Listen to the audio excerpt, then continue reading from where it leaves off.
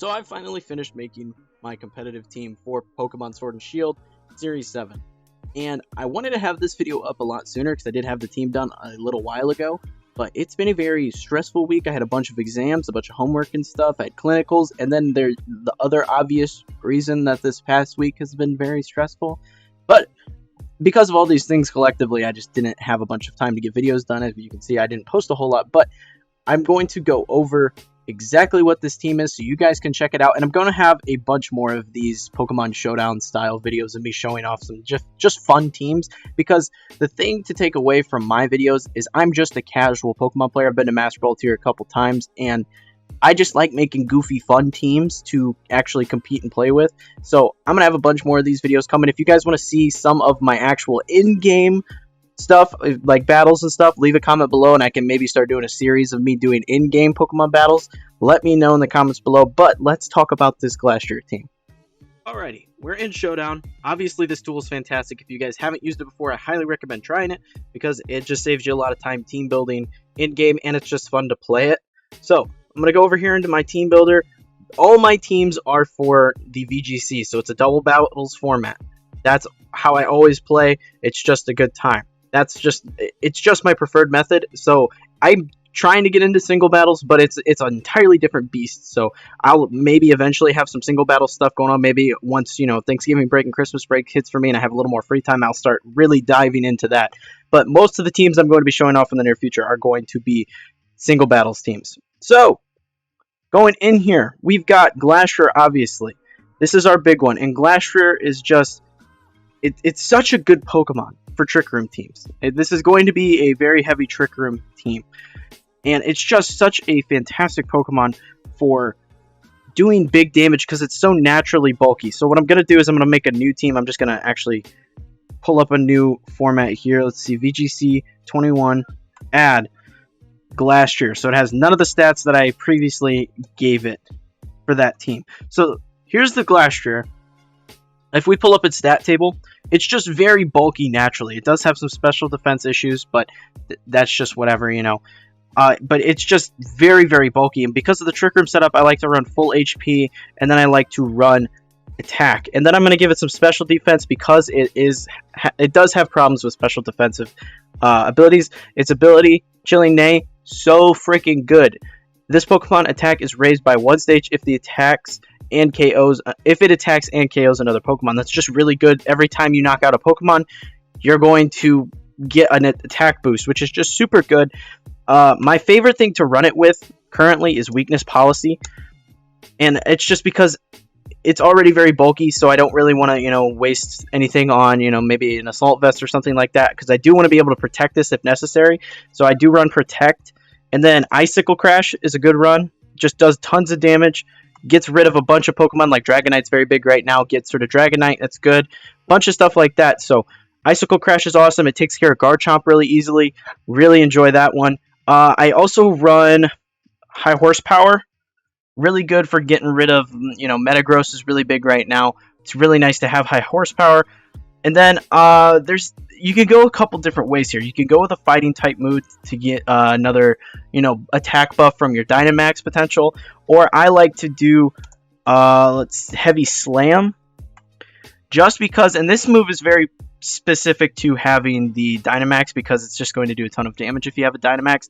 If you're not Dynamax, this move can be a little toss-up because it depends on the weight difference between the targets.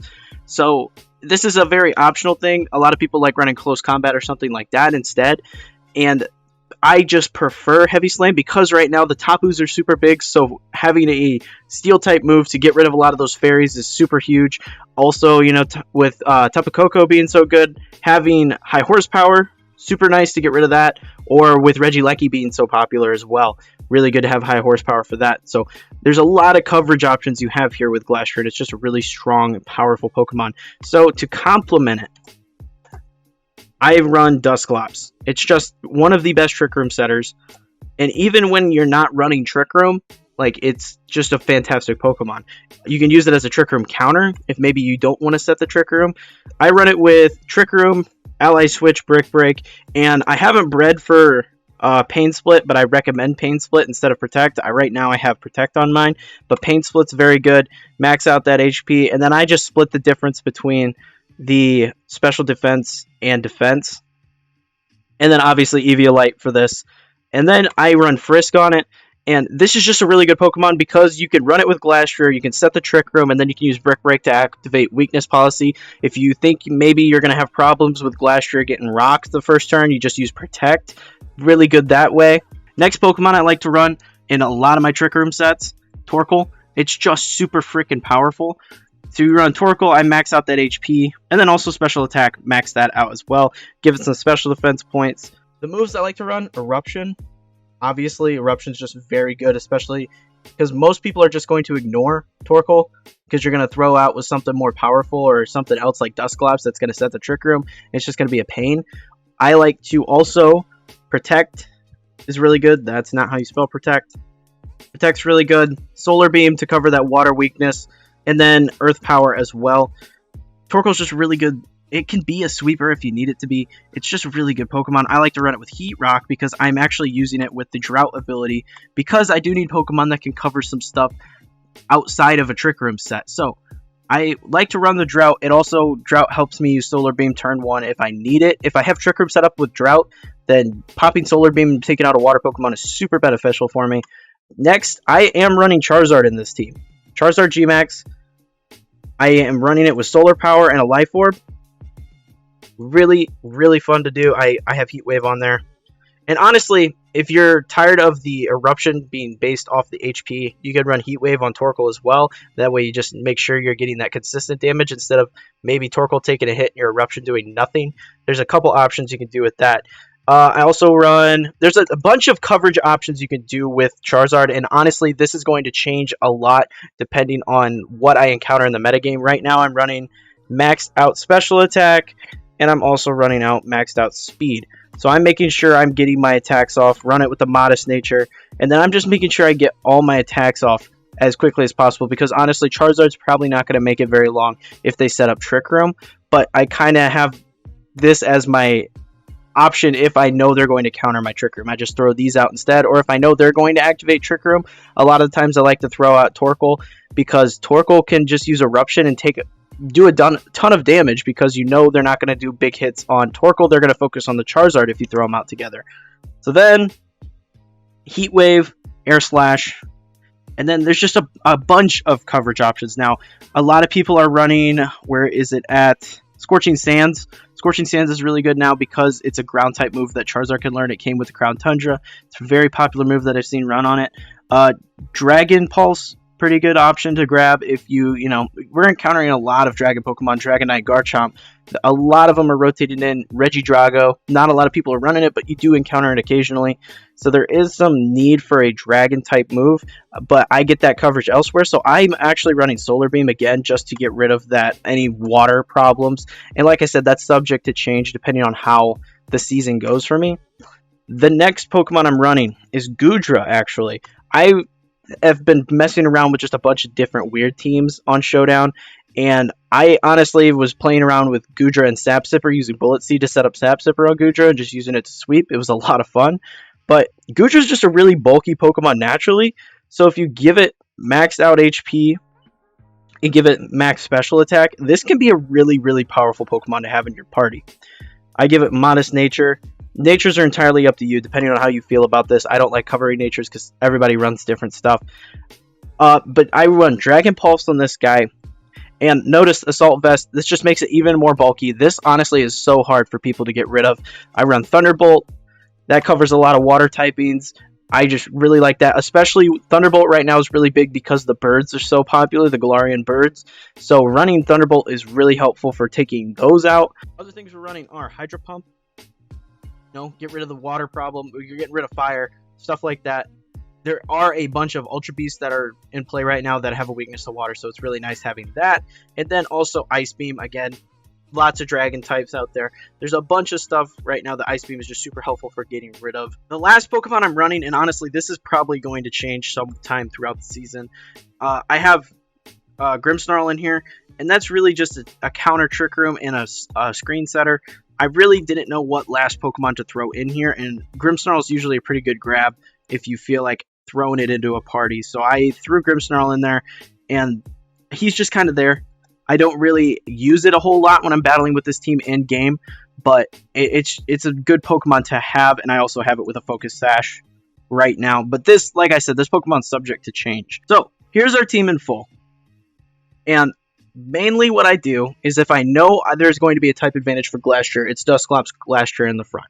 If I think that Charizard is going to be beneficial and can sweep some stuff real quick before Trick Room is possibly set, I run Torquel Charizard and let them set the Trick Room, because then Torquel is very, very powerful and I can rotate Charizard out for something like Dusclops or Glastrier, and then I can ally switch back and forth between Torquel and Dusclops and stuff like that. So there's a lot of benefit to running just the Charizard. If I know that they have a speed team and I can really utilize Goodra, like, you know, with Garchomp or stuff like that, and I know I can one-shot Pokemon, I a lot of the time like running Goodra frontline with Dusclops and not even setting the Trick Room. Rather, I just use Ally Switch and have them going back and forth, trying to figure out which spot Goodra's actually going to be in and let Goodra sweep a bunch of Pokemon. It works out really, really effectively. And then again, like I said, the Grimmsnarl's here. It's useful in certain situations if you know you can throw something out like Goodra with your Grimmsnarl, and you could set some screens and take out a couple Pokemon with Goodra.